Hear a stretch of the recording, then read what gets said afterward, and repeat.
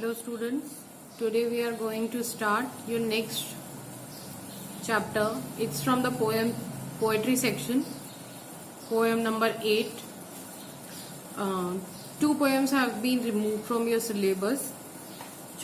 Poem number 7, The Duck and the Kangaroo, and the last poem, poem number 10, A Slumber Did My Spirit Seal. These two poems have been removed from your syllabus in this session. Now in this video we'll cover poem number 8 and 9. Poem number 8 is On Killing a Tree, composed by Guy Patel. Its summary is, it's not easy to kill a deep-rooted tree. It takes much time to kill it. A tree is too strong to be killed by a simple attack of knife. That means we cannot kill a tree but with just a small knife. It has grown slowly, consuming the earth. That means it has spread its roots and covered the whole earthen areas, feeding upon its crust. Crust means earth's topmost layer is called crust. Core is the inside layer, middle layer is mantle, and then crust is the topmost layer. And you might have been knowing that trees always grow in crust area, absorbing years of sunlight. To grow a tree, sunlight is also needed. The strength it has stored through a long period of hard work and patience cannot be destroyed in one go. When a tree is chopped, the barks bleed, but soon they heal up and expand again to their former size.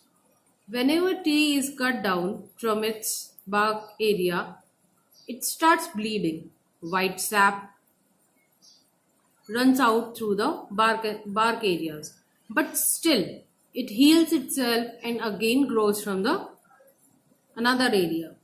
If one wants to kill a tree, it has to be pulled out of the anchoring earth. Its most sensitive part, that is the root. The most sensitive part of the plant is root.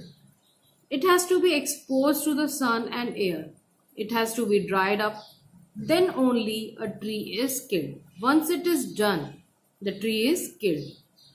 Now the poet is saying that to kill a tree, the root area is to be exposed to sun so that it gets dried, and then only we can kill a tree. Otherwise, only a simple jab of knife cannot kill a tree. Your next poem is poem number 9, The Snake Trying, composed by W.W.E. Ross. Summary of this poem is, most of us think that snakes are always poisonous. They are fearsome and the symbol of death. The poet does not find all the snakes fearsome and poisonous. He finds beauty in them. In this poem, the poet describes how a snake tries to escape from a stroke. He wishes that the snake does not get hurt and reaches its destination safely. A small green snake was lying on the sand. When someone noticed it, it was a harmless snake. Someone saw it and ran after it with a stick.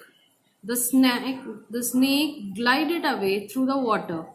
It finally vanished in the ripples among the green slim reeds.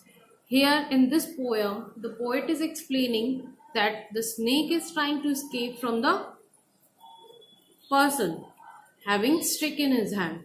So he wanted to save himself and get him away from that man. That's all about your poem is. Thank you.